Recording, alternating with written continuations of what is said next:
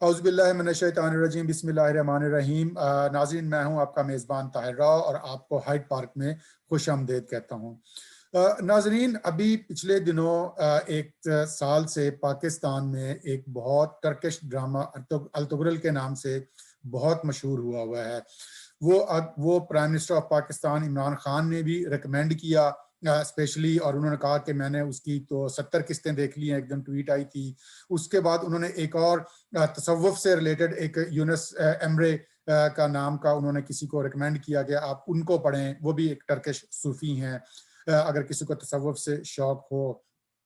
तो उसके बाद अगर आप देखें, पाकिस्तान में एक अर्तुगरुल जो है ना एक ब्रांड नेम बन गया है। बच्चों के चॉकलेट्स, सुपारी और हर चीज, पान गुटके से लेके और हर चीज जो है वो अर्तुगरुल के नाम से है। लोग डायलॉग बोलते हैं, उनका बच्चे आपस में सलाम करते हैं तो वो बड़ों को ऐसे करते हैं, हे वल्ला कह के उसको सलाम करते हैं। तो वो बड़ा ही एक अमेजिंग है। उस ना सिर्फ वो है कि उनके एक्ट्रेसेस और एक्टर्स को पाकिस्तान को में इनवाइट किया गया और बाकायदा उनके प्रोग्राम कराए गए कि किसी ने डेवलपर ने एक अपने हाउसिंग प्रोजेक्ट का इफ्तिताह उनसे करवाया। और फिर बड़ी जब उन्होंने उनकी जो एक हीरोइन है अर्तुगरुल ड्रामे की, उनका मुझे नाम याद नहीं आ रहा, टर्किश नाम है उनकी, उन्होंने जब अपनी मॉडर्न लाइफ की टर्की एक सेकुलर लिबरल कंट्री है, वहां पे जब उन्होंने उनके आउटफिट में उनकी जो प्रेजेंट पिक्चर्स देखी तो पाकिस्तानी अवाम को बड़ा मायूसी हुई कि उन्होंने कहा कि जी हम तो एक जो हमारी जो निशात सानिया के एक मुसलमान खातून ने ये ऐसे शॉर्ट ड्रेस क्यों पहना हुआ है, स्कर्ट क्यों पहना हुआ है, ये टॉपलेस क्यों हुआ है। उनके बड़े जो है जज्बात, उनके बहुत उनको मायूसी हुई, उनके जज्बात पे कोई बड़ी ठेस लगी और उन्होंने ट्वीट करके उनको बड़ा मैसेज भी दिए कि जी आपने ये कैसा लिबास पहना हुआ है और क्या किया हुआ। तो ये एक पूरा हुआ है। तो बात इसमें एक पाकिस्तान के मुसलमानों के लिए और बरसगीर के मुसलमानों के लिए एक बड़ा कॉन्फ्लिक्टिंग सिचुएशन है कि अगर आप बात करें, हम मुसलमान हैं और हमारे जो रूलर्स थे, इस्लाम जो फैला वो कोई यहाँ से किसी ने कन्वर्ट हुए हैं, लेकिन जो रूलर्स आए हैं हमारे टर्क्स आए हैं, तुगलक आए हैं, बहुत सारे आए हैं और सूफिया इकराम भी आए हैं, बाकी दाता अजवेरी साहब अजमेर से आए हैं।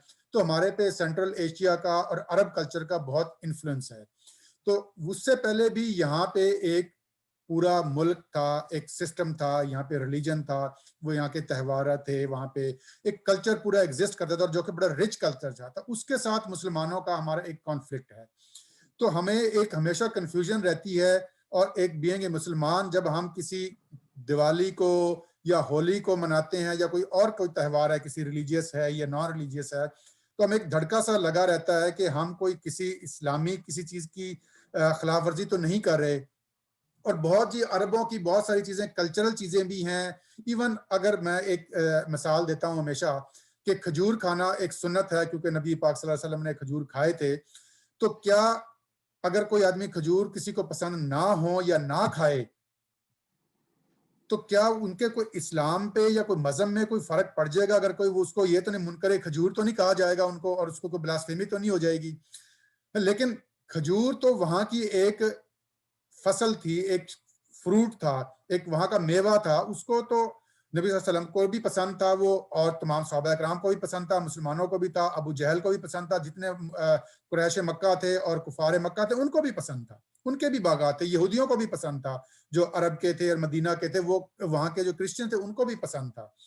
तो ये एक बड़ा कॉन्फ्लिक्टिंग सा है। लेकिन अगर हम उनको फॉलो करें, उनके त्यौहार को, जो कि एक रिलीजियस भी हैं हमारे लिए और एक कल्चरल भी हैं, जो टर्किश और सेंट्रल एशिया और अरब कल्चर के से जो आए हैं, उनको फॉलो करें, तो हमारा जो है यहाँ पे जो हम जो डे एंड नाइट हम जो यहाँ पे बरसगीर में बसते हैं, तो उनके त्योहारों को नेगेट करते हैं। तो ये बड़ा कॉन्फ्लिक्टिंग सा होता है। इस सिलसिले में आज बात करने के लिए बड़ा लंबा टॉपिक है और मैंने इंट्रो में भी काफी टाइम लगा दिया। डॉक्टर कामरान अहमद को मैंने मदऊ किया है। डॉक्टर कामरान प्रोफेसर हैं और वो उन्होंने हिस्ट्री के भी प्रोफेसर हैं और रिलीजन्स को और कल्चर पे उनकी बड़ी कमांड है बाकी चीजों के अलावा। तो उनसे हम बात करते हैं कि ये एक क्या फिनोमिना है जो कि अभी तक खत्म ही नहीं हो रहा।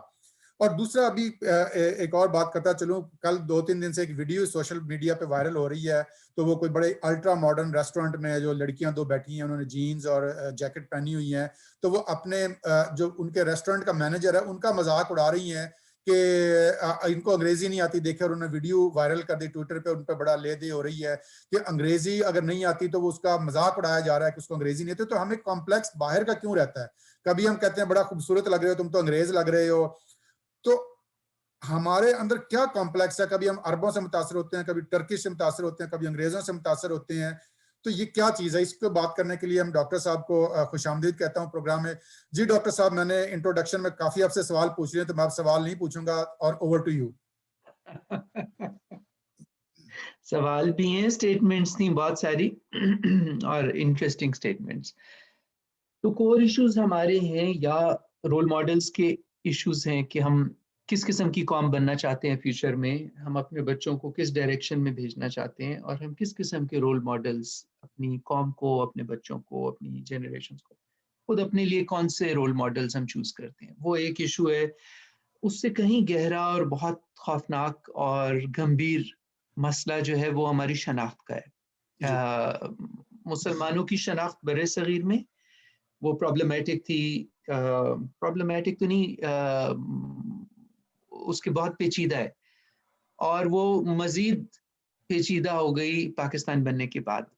तो वो हमें एक, जैसे आपने कहा ना, एक धड़का सा लगा रहता है, तो मजहब के हवाले से भी धड़का लगा रहता है, पाकिस्तानियत के हवाले से भी धड़का लगा रहता है। अभी तक जैसे यकीन नहीं आ रहा कि मुल्क बन गया है पाकिस्तान का, नेशन स्टेट है। तो वो अभी तक एक धड़का सा लगा रहता है कि इंडिया ने कहा कि हम नहीं इसको मानते, सेपरेट नहीं होना चाहिए। हमने कहा कि हो जाएंगे, फिर बन गया, फिर 10 साल गुजरे, 20 साल गुजरे, 70 साल गुजर गए, आगे चल पड़े। अब बस भी करें, पूरी जनरेशन अब है जो पाकिस्तान में, उन्होंने आंखें खोली हैं हमने। तो अभी तक वो धड़का है कि जाता ही नहीं कि पाकिस्तानियत का क्या मतलब है, वो ना अभी तक इनसिक्योरिटी की चीजें हैं, हमें आइडेंटिटी की समझ नहीं है अभी तक। तो कहीं अगर इस्लाम चला गया तो पाकिस्तानियत खतरे में आ जाएगी, पाकिस्तानियत का इस्लाम से क्या ताल्लुक है, एक शनाख्त जो मजहब एक शनाख्त का बहुत आपका एक अहम हिस्सा है, लेकिन एक हिस्सा है शनाख्त का, आपकी इलाकाई शनाख्त होती है, आपकी जबान के हवाले से शनाख्त होती है, उर्दू स्पीकिंग है, सिंधी है, उसके डिविजन्स होते हैं, उसमें कॉन्फ्लिक्ट्स भी आते हैं, उसमें एक रिस्पेक्टफुल सेलिब्रेट भी करते हैं अपनी अपनी कौमी ज़बानें, जो अपनी इलाकाई ज़बानें, माँ बोलियाँ, अपने प्रोविंशियल आइडेंटिटीज होती हैं। उसके अंदर एक प्रोविंस के अंदर, बलूचिस्तान के अंदर एथनिक आइडेंटिटीज हैं जो एक अलहदा है। पश्तून इलाके में हिंदको स्पीकर्स भी हैं, हजारे के लोग भी हैं, वो एक अलहदा खूबसूरत सा एक इंटरप्ले होता है। शनाख्त के तो बहुत रंग है, लेकिन जब किसी को धड़का लग जाए कि हमारी मजहबी शनाख्त जो है वो खतरे में ना आ जाए, तो उसको रिस्पॉन्ड भी कर सकते हैं कि नहीं नहीं ये नहीं करना, शनाख्त को खतरे में आ जाएगी। उसको पीछे होके देख भी सकते हैं कि क्या वजह है, क्यों इतनी इनसिक्योरिटी है, नहीं मसला क्या है, आपको किस चीज का डर है, कहीं आपने ऐसे कोई बुलबुला जैसा तो नहीं बना लिया, आर्टिफिशियल सा इल्यूजन तो नहीं बना ली, जितना आपको डीप डाउन अनकॉन्शियस लेवल पे ये खतरा होता है कि ये जो है ये हकीकत नहीं है, जितना आपको उसका उसका वो बबल जैसे होता है ना, बड़ा फ्रेजाइल होता है, तो आपकी जो आइडेंटिटी ज्यादा फ्रेजाइल होगी उसके बारे में आपको इनसिक्योरिटी ज्यादा होती है, फटने का ज्यादा खतरा रहेगा, जारी बात है। हाँ। और जो जो सॉलिड होती है आइडेंटिटी, उसके बारे में आप फिक्र नहीं करते, उसको कोई अच्छा कहे बुरा कहे, उसको आप इधर से देखो इधर से देखो, कहो जी इसकी ये चीज नहीं अच्छी, इसकी ये चीज अच्छी है। जो आपको बहुत फ्रेजाइल लगेगी, जो लगेगा कि इसका ताल्लुक शायद हकीकत से नहीं है, ये मैंने अपने दिमाग में कुछ क्रिएट किया हुआ है, तो उसके बारे में आप इनसिक्योर होते हो। ये हम मैं अपने वो इंट्रोडक्शन कर रहे थे, क्लिनिकल साइकोलॉजी मेरा मेन इंट्रोडक्शन है। तो जब हम नफ्सियाती इलाज करते हैं तो वो फर्द के लेवल पे इनसिक्योरिटी होती है कि, और जिसको अपने जिंदगी के शख्सियत के जिस पहलू पे भी आपको इनसिक्योरिटी होती है, उसके बारे में आप बड़े टची हो जाते हैं। कोई इसके बारे में बात ना करे, कोई आवाज ना उठाए, कोई सवाल ना करे, इसको कोई कोई टच ना करे, क्योंकि ये वाली जो मेरी शख्सियत है उसके बारे में। तो 2 + 2 किस्म की सिंपल सी बात है, देखने की चीज़ है कि हम किन-किन चीज़ों के बारे में बहुत इनसिक्योर है। जी, बिल्कुल। और वो आपको पता लग जाता है कि कौन-सी चीज़ जो है वो उसका ताल्लुक हकीकत से, और कौन-सी चीज़ जो है वो हमने अपने दिमाग में एक इल्यूज़न क्रिएट करने की कोशिश कर रहे हैं और हमें डर है कि ये फट जाएगी क्योंकि इसका बेसिस शायद है नहीं, या बेसिस बहुत कमज़ोर है। तो ये तो मैं बाँध रहा हूँ जी, ऐसे। जो आपने बात की उसके हवाले से रोल मॉडल्स का बहुत क्लियर है। हम चाहें तो हम हमारे ही बीच में से हैं, अब्दुल सत्तार ईदी हैं, फैज़ अहमद फैज़ हैं, ये भी हमारे रोल मॉडल्स हैं। चाहें तो हम गौरी और गज़नवी अपने बमों के नाम रख लें, वो भी हमारे रोल मॉडल उनको बना सकते हैं। हमारे तो नहीं थे, लेकिन बहरहाल उनके साथ नाता जोड़ दिया अब इकबाल ने हमारा, और उन्होंने कहा कि तुम तो वो हो। हालाँकि इस इलाके के मुसलमान या दूसरे लोग जो वो मुसलमान भी जब कन्वर्ट हो गए, उनका कोई ताल्लुक नहीं था कोर्ट के साथ। जी, बिल्कुल। जो जो कोर्ट होता था वो अफ़गान्स का कोर्ट होता था, या सेंट्रल एशिया से वो आते थे, इधर ताजिकिस्तान की तरफ से, नॉर्थ से कुछ अंदुज़ के लिए। जी, बिल्कुल। बाबर वगैरह जो आए, फिर वो तुर्कों का कोर्ट होता था, अरबों का होता था। वो आपस में लड़ाई करते थे कि हमारा है कि तुम्हारा है। मुसलमानों का कोर्ट नहीं होता था कि मुसलमानों ने हुकूमत की। जी, बिल्कुल। मुसलमानों ने हुकूमत नहीं की थी, मुगल्स ने हुकूमत की। टोरल वो मुख्तलिफ लोग, मुख्तलिफ उनकी।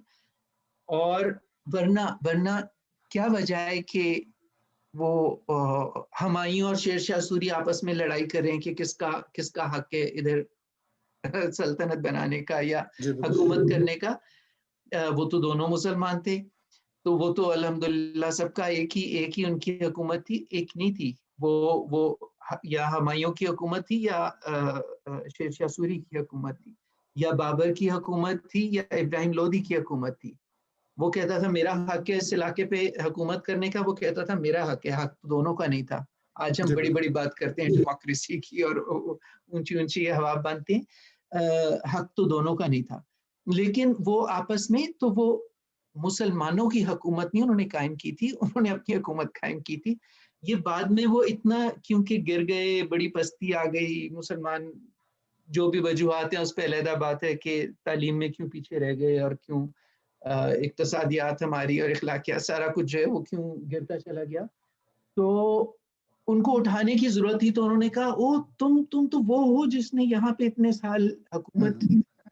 इंडियन मुस्लिम ने कभी भी हुकूमत नहीं की बड़े जी, सगीर। इंडियन मुस्लिम ने कभी नहीं किया, एग्ज़ैक्टली। हमारी हुकूमत कभी भी नहीं रही है, और हम लोग बहुत थोड़े होंगे जो फौजों के साथ आए, उस पे वो शायद फख्र भी करना चाहें या ना करना चाहें, उनकी स्वाब उनकी वो है सेंसिटिविटीज।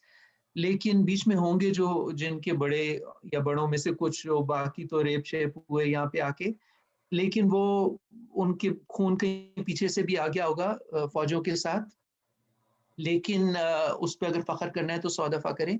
लेकिन मेजॉरिटी जो मुसलमान है इस इलाके के, वो इस इलाके के मुसलमान हैं, वो हजारों साल से यहाँ से, हमारी 9,000 या 11,000 साल पुरानी तारीख है मेहरगढ़ से शुरू करें। तो हम तो यहाँ के बहुत देर से रहने वाले, यहाँ जब मैं कह रहा हूँ तो बड़े सगीर की बात। तो अपनी शनाख्त को आप चाहें तो फौजों के साथ जोड़ें, आप चाहें तो आला इकदार जो थी गजनवी की, कि वो हमला करते थे यहाँ पे, और इधर जब हमला करते थे तो हम कहते थे इस्लाम लेके आए, इस्लाम की रोशनी नूर फैला दिया। और सर्दियों में वो यहाँ आते थे, गर्मियों में वो कहाँ जाते थे। आमतौर पे उनके जो सर्दियों के हमले हैं वो 17 या 13, उनका वो कंफ्यूजन है, अराउंड 17। लेकिन जो गर्मियों के उनके हमले हैं वो सेंट्रल एशिया में होते थे, जो मुसलमान ममालिक थे, मुसलमान इलाके थे, उधर वो हमला करते थे। उनको जी, फर्क नहीं पड़ता था कि वो मुसलमानों से माले गनीमत आए, लूट मारी है ना बेसिकली। 15-20 लोग होते हैं तो हम डाकू कह लेते हैं, हजारों में आओ तो उसको कहते हैं अल्हम्दुलिल्लाह इस्लामी लश्कर आ रहा है। तो लश्कर उनका हिंदुओं में भी आता था, लश्कर उनका मुसलमान इलाकों में भी जाता था। तो गर्मी के इलाकों मौसम में। सो अपनी शनाख्त को आप क्यों ऐसे लोगों के साथ जोड़ते हैं? फिर आप कहते हैं कि जी जंगें नहीं होनी चाहिए, और माशाल्लाह बुरी बात है। क्यों बुरी बात है? हमारा तो claim to power in our parts of the world, बड़े सगीर में, जो जिसके साथ हम अपना नाता जोड़ते हैं, अगर हम नाता जोड़ते हैं। तो फिर तो जी claim to power was always through power, through force, forceful. आपने जो जो बैठ जाता था तख्त पे उसकी हुकूमत होती थी। तो आपने उस तरह के क्यों अपने को रोल मॉडल्स देते हैं? फिर रोते हैं कि हमें अमन चाहिए और हमें शांति चाहिए और पीस चाहिए और एक दूसरे से मिलके भाईचारा चाहिए। तो या ये करो या वो करो। आपने आइडेंटिटी को अपना जमीन के साथ जोड़ो, और आइडेंटिटीज को बैलेंस में रखना। सो एक तो वो चीज है कि रोल मॉडल्स किस किस्म के आपने लेने, ठीक है ना। अब्दुल सत्तार ईदी आपको अच्छा लगता है कि गौरी और गजनवी अच्छे लगते हैं, तो वो दैट इज अ चॉइस। और उस पर डिपेंड करता है कि हमारी अगली नस्लें जो हैं वो अमन की तरफ जाएंगी और सोच समझ के और एक दूसरे के साथ किस किस तरह की ट्रेडिशंस को हम बढ़ावा दे रहे हैं। और या जंगो जदल और जिसने आगे बढ़ के छीन लिया उसका हो गया। रूल ऑफ लॉ तो नहीं होता ना उसमें, डेमोक्रेसी जी नहीं बिल्कुल। होती उसमें, तो फिर तलवार होती है, ताकत होती है, जो बढ़ तो के डॉक्टर ले ले साहब, उसका हो इसका गया। मतलब ये है कि हम हिस्ट्री की तो बात कर रहे हैं, लेकिन इसका मतलब है कि आज भी पाकिस्तान इतनी जो पॉपुलैरिटी अर्तुगरुल ड्रामे की हुई और जो उनको उनको रोल मॉडल हमने उनके एक्टर्स को बुला लिया जिनका कि एक्टिंग, जिनका काम ही एक्टिंग है, वो कभी भी किसी रोल में भी आ सकते हैं वो। तो अभी भी इसका उसका मतलब है कोई कि ताल्लुक नहीं है। हाँ, उधर ही खड़ी है। तो इसकी आज क्या हमारी शिनाख्त में अभी भी हम उधर ही खड़े हैं या कुछ इंप्रूवमेंट हुई है? उधर ही खड़े हैं या इम्प्रूवमेंट हुई है, इसका तीसरा भी हिस्सा है कि या हम पीछे को तो नहीं जा रहे। पीछे को तो नहीं जा रहे, एग्जैक्टली। मुझे लगता है कि हम पीछे को जा रहे हैं। हमें ना इम्प्रूवमेंट हुई है, ना हम उधर ही, काश हम उधर ही खड़े रहते, है ना। ऐसे वो मुंजमद कौम हो जाती, बेशक जिंदा ना रहते लेकिन एटलीस्ट वो कदरे। हम, मुझे लगता है कि हम पीछे की तरफ जा रहे हैं। हम बहुत तेजी से अपना शनाख्त के हवाले से जो बची कुची रस्में, जो प्लूरलिज्म रह गई थी, वो भी बड़ी तेजी से खोते चले जा रहे हैं। अब हमें लगता है कि हम तो अल्हम्दुलिल्लाह सारे एक ही किस्म के। हम लोगों का तो देखिए ना, हमारी इकदार, हमारा जो कल्चर तो हमारे 100 तरह के कल्चर्स हैं पाकिस्तान में, और यही जी बिल्कुल। खूबसूरती थी पाकिस्तान है भी। लेकिन उसको अगर हम एक्नॉलेज कर लें, उसको अप्रिशिएट करें, तो 100 तरह के कल्चर्स हैं, 100 तरह की जबानें हैं, लिबास हैं, खाने हैं। इतनी किस्म का वहाँ पे प्लूरलिज्म थी और साथ साथ चलती थी। और ये हमारी हजारों साल की ट्रेडिशन थी कि साथ साथ हमारे मुख्तलिफ तरह के लोग रहते थे, अपनी अपनी तरह से जिंदगी गुजारते थे, अपनी अपनी तरह से वो प्रायोरिटीज उनकी, उनकी वैल्यूज, उनके कल्चर्स, उनकी सेलिब्रेशंस, 100 वेरिएशंस थी। एंड जी दैट इज बिल्कुल। The strength of a nation, कि उसके अंदर इतनी इतनी स्ट्रेंथ हो, इतनी सिक्योरिटी हो कि आप डाइवर्सिटी को कंटेन कर सके, आपको इनसिक्योरिटी ना हो जाए, ओए ओए सारे लोग एक ही। तो हमें, मुझे लगता है वो हम खोते चले जा रहे हैं। अच्छा। जब मैं, जिस पाकिस्तान में मैंने आंखें खोली थी आज से 50-60 साल पहले की बात, वो वाला पाकिस्तान नहीं है जिसमें आज हमारे बच्चे आंखें खोल रहे हैं। और ये मैं अपने यूथ को, जब मैं कायदे आज़म में टीच करता था बीच में कुछ अर्सा, तो मैं हमेशा स्टूडेंट्स को कहा करता था कि डोंट थिंक कि दिस इज पाकिस्तान। ये अभी बिल्कुल नई कुछ दिहाइयों में ये चीजें आई हैं जो एकदम से आई हैं और जड़ पकड़ ली हैं। और तुम लोगों को लगता है कि शायद हम लोगों की ये इक़्तिदार है, ये हमारी इक़्तिदार नहीं थी। हम लोगों की बहुत हजार साल पुरानी जड़ें हैं और बहुत मुख्तलिफ तरह का कल्चर था हमारा, बहुत प्लूरलिस्टिक प्रॉब्लम्स थे, लेकिन रिलेटिवली हम अगर कंपेयर करें तो कहीं ज्यादा टॉलरेंस थी हमें। या मुझे अपना बचपन याद है बिल्कुल, कभी पता नहीं होता था कि कौन सी मस्जिद किसकी है, कौन सी किसकी है। जिधर वक्त आता था, हम जो भी सामने मस्जिद होती थी जाके, हमने कभी सोचा भी नहीं था कि ये किन लोगों की मस्जिद है। ये कॉन्सेप्ट हमारे लिए, it was not a concept that we grew up with. वो जी बिल्कुल। पेशावर में होता था, जिधर होते थे वहां पे खड़े होते थे। कोई फ्रेंड किसी उससे ताल्लुक है, कोई किसी मसलक, सारे इकट्ठे खड़े होते थे और नमाज आगे चल पड़ते थे, विदाउट आस्किंग कि ये अहले उनकी मस्जिद है कि उनकी। ये सारी नई चीजें हैं हमारे लिए। ये जो है ना, जेर डॉक्टर साहब, जबर पेश इसमें एक इशू है, मैंने जो देखा है लोगों के, हम बात तो करते हैं कि हम्म, एक होता है नॉलेज होना, आपको नाम का, हम्म, या आई नो दैट, मतलब ऐसा नहीं है कि अगर हम अपने बच्चों से भी पूछें कि फलां चीज का, ओ जी मुझे पता है इस चीज का, लेकिन जानने का मतलब होता है कि वाकई जानना इसको इन डेप्थ। अब हम जैसे ये तहरीक तो है, चलती है, हम बातें करते हैं, डिस्कशन में कि जी देखें जी बुल्ले शाह हमारा हीरो है, अब्दुल्ला भट्टी को हमें नहीं करते, या अपना सिंध में है बलोची का हमें नहीं पता कोई बलोच में भी कोई हीरो कोई पैदा हुआ है। ऑनेस्टली वो डेफिनेटली हुए हैं, लेकिन मुझे तो नहीं पता कि कोई बड़ा नाम इसका हम लें। तो किताबों में तो थोड़ा सा लिखा हो, लेकिन उसको प्रैक्टिस नहीं करते और इन डेप्थ वाकई जो जहनों में बिठाया जाता है, या एक आप वाकई समझते हैं दिलो जान से उस चीज को, तो इसको कैसे किया जाए? ये हुक्मरानों की वजह से है, या कोई एजुकेशन में एक कोई उसके लिए आपके पास अवेलेबल नहीं है, उसके लिए कोई स्टडीज अवेलेबल नहीं है, आपके जो कल्चर का पार्ट नहीं बनाया जाता, it's not embedding in our society, what should we do with that? Rao, इसमें जो जो देखो, एक हम कहते हैं ना कि सिखाया जाए, पढ़ाया जाए, उसकी बहुत लोग आजकल कहते हैं कि जी असल में मज़हब को ना हमने सही तरह समझा नहीं। इसको अगर हम इसको आप किताबें पढ़ें, आप उनकी आलिमों के फिर नाम लेते हैं, फिर कहते हैं उसकी आप वो वाली किताब, आपने असल में ये वाली तफसीरें पढ़ी, आप वो वाली पढ़ के देखिए। उसमें बड़ा जी असली जो वो कहता है इसमें असली है, वो कहता है उसमें असली है, वो ज़ेर है, इसमें तूने ज़बर डाली थी, इसमें ज़ेर क्यों डाल दी? ये चीज़ें यहाँ से ये सारी इधर की मेरे मुँह में आ रहा है, ये यहाँ का ना it's mental crap, that's all it is. आपकी जो वैल्यूज़, आपके जो डिसीजंस होते हैं, आपकी जो चॉइसेस होती हैं, वो बहुत डीप लेवल से आती हैं, जी एग्जैक्टली। आपके गट से आती हैं। आपका जो एटीट्यूड्स हैं, वो आपके आपकी हड्डियों में से, आपकी गट्स में से आते हैं। जी वो आपके आपके डीएनए का दिमाग, पार्ट इट्स होता है, not exactly. A mind mind game नहीं है। It's not a mind game कि आप अगर असली किताबें पढ़ लो, तो ये जो फोकस है ना कि अगर आप उसको सही समझ लेंगे, समझ के पढ़ेंगे और बहुत उसको गहराई में जाके, तो फिर आप बहुत अच्छे इंसान बन जाएंगे। ये हमारा मुग़ालता है। आप कनाडा में रहते हो अरसे से, मैं तो अभी आया हूँ। आप चौक में जाते हो, वो अगला बंदा खड़ा हुआ है, वो आप पहले से खड़े हो, वो आके रुक जाएगा, फिर आप अपने स्टॉप साइन पे आप गुजर जाओगे, फिर वो गुजर जाएगा। मैंने नहीं यहाँ पे किसी को कहते सुना कि जीसस इज द ग्रेटेस्ट, या जीसस विल सेव यू, या थैंक गॉड टू जीसस, आप खैरियत से पहुंच गए। कुछ सुने इस किस्म की बातें, खुराफात की? वो सारा वक्त आप पे थोप रहे हो। तो बातें करना एक चीज होती है, और आपका जो जो वैल्यूज जिसके हिसाब से आप अपनी जिंदगी गुजारते हो, वो फर्क जगह से आती हैं।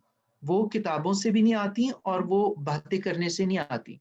पाकिस्तान में आप थकते नहीं, आप जहाज में कदम रखते हो, वो जहाज उड़ने से पहले वो अरबी में आयतें होती हैं, फिर वो उसकी तिलावत होती है, फिर बंदा कहता है कि ये मैं पता नहीं कि बीच में कोई ऐसा तो नहीं कि गैर मुस्लिम भी हो, उसकी तो दिल आज़ारी नहीं हो जाएगी, या बीच में कोई आप थोड़ा-सा संस्कृत के भी श्लोक पढ़ लें, अगर आपकी सिंध के इलाके में आप अपना जहाज़ उड़ाना चाह रहे हैं, या मीरपुर ख़ास की फ्लाइट, या तो जी आप शर्म करें, आप दूसरों के लिए क्यों चॉइसेस करें? आपको अगर करना है तो दिल में पढ़ लें।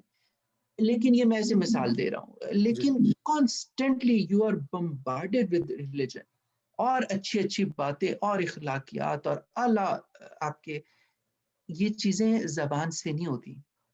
ये चीज़ें होती हैं जो आप अपने सिस्टम का हिस्सा देखते हैं।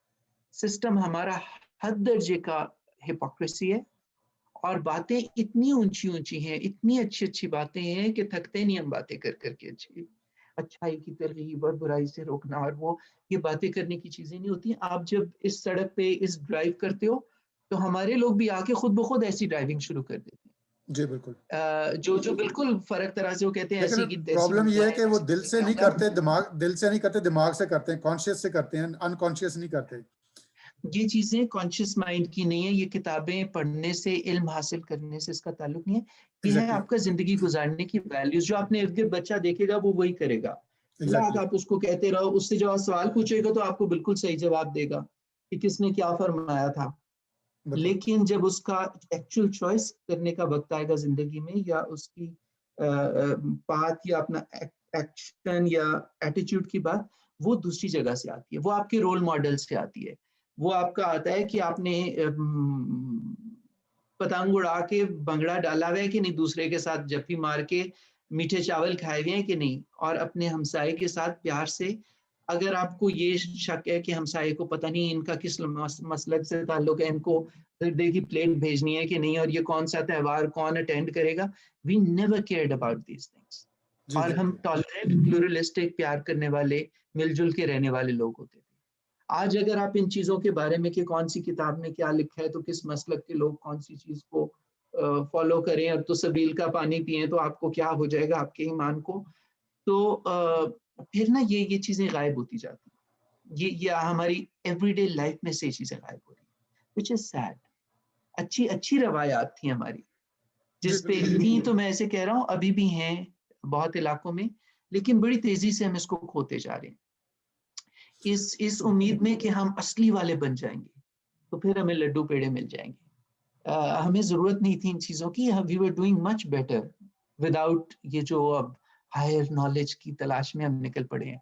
और वो निकल इसलिए पड़े हैं क्योंकि हमें सिर्फ मेरा मजहब, मेरी शनाख्त मेरे लिए काफी नहीं, अब हमें खतरा हो गया है कि ये हमें और ज्यादा एस्टेब्लिश करने की जरूरत है। हम्म हमें एस्टेब्लिश करने की नहीं जरूरत। पाकिस्तान का मतलब क्या? वो कोई फिनलैंड में पूछता है फिनिश होने का मतलब क्या, या नॉर्वेजियन होने का मतलब क्या? What does that mean? You are a nation state, उसमें मुख्तलिफ तरह की आपकी शनाख्त, आपकी मजहबी शनाख्त भी है, आपकी इलाकाई शनाख्त भी है, आपकी जबान भी है, आपके 100 तरह के रंग हैं, आपकी जिनसी शनाख्त होती है। अब बीवियों का कौन सा, तो how do you divide these things in that way? तो देयर इज नो आइडेंटिटी जो मजहब को जरूरत नहीं, मुल्क को जरूरत नहीं होती किसी अपने जस्टिफाई करने की। वो डिवीजन के लिए कौन सा इलाका किधर जाना है, उसके लिए तो डिवीजन के लिए मजहब इस्तेमाल हुआ था। जब बन गया कि अच्छा ये इलाके हैं, उस इलाके में जो भी रहता है वो सारा उस मुल्क का हिस्सा। कायद आजम बेचारे कहते थे इस किस्म की बातें, कोशिश करते थे वो कि इधर जो भी है, अब मजहब आपका अपना जाती मामला है, यहाँ पे जो भी है वो सब पाकिस्तानी है, देयर इक्वल पाकिस्तानी। जी। अच्छा पाकिस्तान का डॉक्टर मतलब साहब, क्या नहीं होता, एवरी नेशन कल्चर स्टेट के बारे हैज। में एक हमेशा कंफ्यूजन रहती है मुझे कि हाँ एक हम बात करते हैं, एक चीज होती है कल्चर, होती है कि व्हाट इज कल्चर। कल्चर होता है कि आपका जो acceptable standards and norms of the society. हम्म तो ये एक फ्लूइड भी है। जैसे उर्दू के बारे में बहुत सारे, जो अगर पुराने किसी बंदे से बात करें, अगर आपने वो फलां वर्ड्स नहीं बोले तो आपकी उर्दू अच्छी नहीं है। हाँ हाँ, लेकिन कोई भी लैंग्वेज ऐसी अच्छी वो कहलाई जाती है जो कि ऑब्जॉर्व करे चीजों को। ठीक जो है लिविंग होती है। खास तौर पे जी। उर्दू तो खैर इट्स जोक, जब वो कहते हैं कि असली उर्दू और नकली असली उर्दू क्या हाँ, चीज है भाई? तो इसमें व्हेन जो डिड इट है, बिकम असली आप वाली?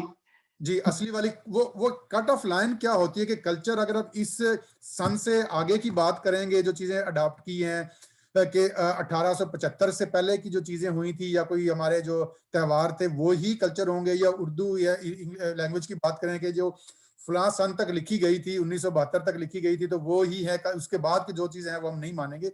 इसको कैसे किया जाए डिफाइन, कहाँ पे लाइन ड्रॉ की जाए? Culture should always be a living thing, जी। जिंदा चीज होती है कल्चर। और वो चाहे आप चाहें या ना चाहें, वो कॉन्स्टेंटली चेंज होता है। वो अच्छी तरफ भी जा सकता है, और अनफॉर्चुनेटली वो बुरी तरफ भी जा सकता है। कल्चर हम्म, में हर तरह के रंग बीच में शामिल होते जाते हैं। Culture is always living. ठीक है। उसको जब भी किसी चीज को मुंजमद कर दें, वो उसको वो फ्रीज कर दें, तो they die. It hmm has to be fluid, it has to be alive.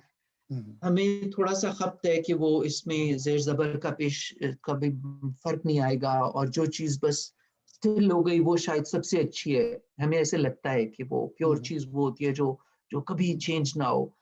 जो चीज कभी चेंज नहीं होती वो तो मुर्दा होती है, वो तो जी डेड बिल्कुल। होती है। क्रिस्टल होता है ना, जो जिसमें जो कभी जो कीचड़ पानी मेस, उसमें से उसमें कियोस भी होती है, उसमें डाइवर्सिटी भी होती है।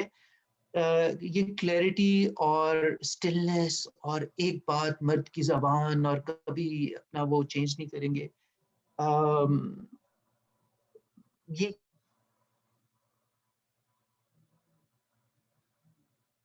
ये जिंदा कौमों की, जिंदा इंसानों की जिंदगी कॉन्स्टेंटली चेंज, और जिंदा कल्चर जो है वो कॉन्स्टेंटली चेंज होते हैं। अच्छा डॉक्टर साहब, अभी हमारे प्रोग्राम का वक्त खत्म होने वाला है, तो आपसे एक मैं लास्ट सवाल करूंगा ताकि मुझे हम्म, क्लैरिटी आ जाए। हाँ, पंजाब एक पाकिस्तान का सबसे बड़ा सूबा है, 60% पॉपुलेशन वहाँ पे रहती है। हम्म, तो जब हम इंडियन पंजाब की कनाडा में हम्म, बैठ के देखते हैं, तो उनके एक अपना कल्चर, ट्रेडिशंस और वो चीज़ें यहाँ पे भी उन्होंने जिंदा रखी हैं। पाकिस्तान में सिंध ने, बलोचियों ने और पठान जो हमारे भाई हैं पख्तून, उनके काफी हद तक कल्चर उन्होंने इंटैक्ट रखा है। तो लेकिन बात वही आगे कि बिल्कुल, हाँ। इसको कहते हैं कि कैसे रखा है इंटैक्ट। जब आप फ्लूइड है तो फिर उसको तो फ्लूइड होना चाहिए। तो पंजाब में इस वक्त प्रॉब्लम ये है कि इवन अगर आप शादी ब्याह की रस्में भी देख लें और जो कल्चर है, ड्रेसेस देख लें, अपने शादी ब्याह में आप देखें जो लोगों ने शेरवानी पहनना शुरू कर दी है और कढ़ाई वाली, वो पंजाब का तो कल्चर नहीं था। इस तरह ड्रेसेस हैं, डांस, मेहंदी की रस्में हैं, वो सारी इन्फ्लुएंस हुई हैं, जिसको हम कहते हैं कि सो कॉल्ड इंडियन कल्चर और इंडियन मीडिया से आई हैं। तो आप क्या समझते हैं कि ये तो अगर आपकी डेफिनेशन पे चला जाए तो फ्लूइड होता है और इवॉल्व होता रहता है, तो then we should accept, we should be happy with that. और शुड वी थिंक कि यार अगर किसी ने लाचा नहीं पहना तो वो पंजाबी नहीं है, तो देखो उसने लाचा और चिमटा पकड़ के वो आरिफ लोहार की तरह वो नहीं उसने शादी पे गया तो वो उसमें सही नहीं है। वो नहीं, बिल्कुल सही। टू सम एक्सटेंट आपको अपना इट्स फाइन। हमारे दुल्हन गरारा पहनती है। गरारा पाकिस्तान के किसी भी इलाके में गरारा नहीं पहना जाता था, और ये बड़ा होता था या लहंगा या गरारा, विच इज वेरी कॉमन कि दुल्हने पहनती हैं। अभी भी सच अ जोक, क्योंकि कोई एक भी इलाका नहीं है पाकिस्तान का ऐसा जहाँ पे ये पहना जाता हो। और मर्द शेरवानी और वो तो इट्स वेरी स्वीट इन अ वे कि वो इधर की चीजें उधर आती हैं, उधर से उधर जाती हैं, that's fine, as long as आपको अपने कल्चर से शर्म ना हो। यानी आप चाहें तो भंगड़ा भी डालें, आप चाहें तो शेरवानी भी पहने, आप चाहें तो अतन भी करें साथ, उसमें भी शामिल हो जाएं, मेरी पंजाबियत खतरे में ना आए, और बलोचियत खतरे में ना आए कि अगर वो भंगड़ा डाल ले कि मैं कम नहीं हो जाऊंगा और मेरा अपना कुछ खो नहीं जाएगा। तो इनसिक्योरिटी जो होती है वो या एक शर्म जो होती है कि मुझे नहीं करना अपना चीज, या अपनी चीज इतने जोर से पकड़नी है कि वो क्योंकि ये मुझसे खो जाएगी, या ये कि मुझे अपना आप नहीं करना कि हम कोई पेंडू हैं तो वो देहात से आने वालों को, पिंड से आने वालों को बुरा समझा जाता है, या इस तरह की चीजें ना जो जो तो प्रॉब्लम वो है। उसका फ्लूइड होने से उसमें कोई मुजायका नहीं। That is a wonderful thing, लेकिन अपनी चीज से शर्मिंदा ना हो, अपनी अपनी ट्रेडिशन को भी करो। अब भंगड़ा भी डालो, आप वो भी, और उसका ताल्लुक कहीं से भी इंडिया के साथ नहीं है, क्योंकि वो तो इस इलाके, India was not a country ना, ये तो इलाका था ना पूरा जिसमें बहुत सी रियासतें थी। There was no country as India, there was no country as Pakistan. तो रियासतें थी मुख्तलिफ, और उनमें आपस में इस इलाके में जब हवा चलती थी तो हम पतंग उड़ाते थे। अब वो कहते हैं जी ये हिंदुआना रस्म है पतंग उड़ा। हिंदुआना रस्म का क्या मतलब है? कोई दिखाए मुझे कहाँ पे वेद में लिखा है कि गीता में लिखा है कि महाभारत में कहीं लिखा है, आपको कहाँ मिलता है कि पतंग उड़ाओ, जब हवा चले तो इस तरह पकड़ो और इस तरह छोड़ो। हवा चलती है हम पतंग उड़ाते हैं, इसका ताल्लुक कल्चर से है। ना कुरान में लिखा है, इट्स ट्रू कि कुरान में नहीं लिखा, ना कभी सुन्नत थी कि पतंग नहीं उड़ाई, लेकिन कृष्णा ने भी कभी पतंग नहीं उड़ाई, और वेदा में भी कहीं पतंग का जिक्र नहीं है, अगर कुरान में नहीं है। इसका ताल्लुक मजहब से है ही नहीं।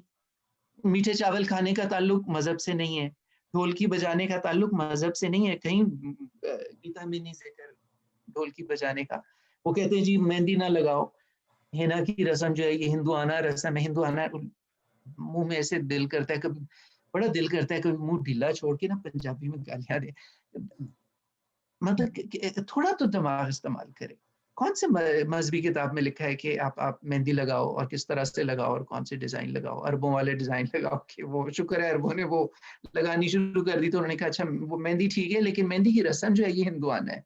हिंदुआना नहीं है, इससे इलाके से ताल्लुक। कल्चर जो है वो और चीज होती है, मजहब उसमें ये आ जाए या वो आ जाए, वो आप जो भी अल्लाह रसूल जिस तरह से मर्जी करें, आपका दिल करता है, लेकिन उसका ताल्लुक नहीं है कि हवा चलती है तो पतंग का क्या ताल्लुक है मजहब के साथ? उन्होंने बाकायदा कहा कि जी बसंत को डिसअलाउ कर। तो ये जो चीजें है ना हमारी, कि अपनी चीज को छोड़ना, कि वो हम जाके अगर वो ऊंटों पे बैठ के और खिलाफ सर पे बांध के, तो फिर शायद फिर हम अपने को जस्टिफाई कर सकें, अब असली वाले हो गए हैं। तो मैं अपने स्टूडेंट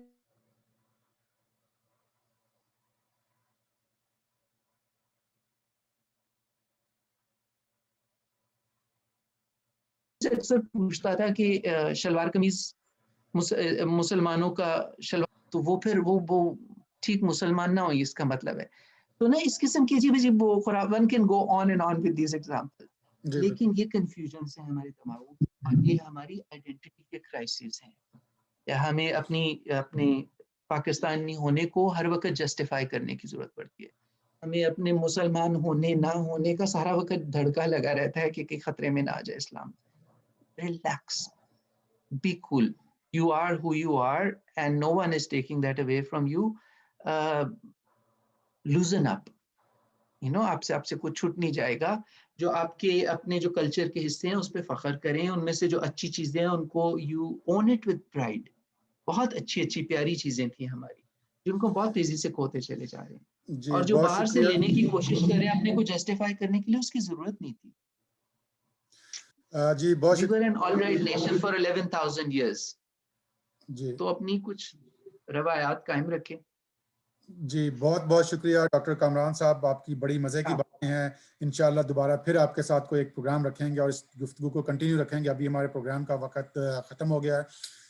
नाज़रीन, ये ज़बरदस्त। हमारा हाइड पार्क। आप मेरे इस चैनल को सब्सक्राइब करें, अपने कमेंट्स दें, दोस्तों के साथ शेयर करें। अपना और गिरद-ओ-नवाह का ख़्याल रखें। कोरोना की वबा स्पेशली कनाडा में बहुत ज़्यादा फैली हुई है, लॉकडाउन है गवर्नमेंट की तरफ से, तो आप जो हेल्थ अथॉरिटीज़ की गाइडलाइंस हैं, उसको फ़ॉलो करें। घर से गैर ज़रूरी तौर पर ना निकलें। अपने और अपनी फैमिली का ख़्याल रखिएगा। अल्लाह हाफ़िज़। दोबारा मुलाकात होगी आपसे। शुक्रिया।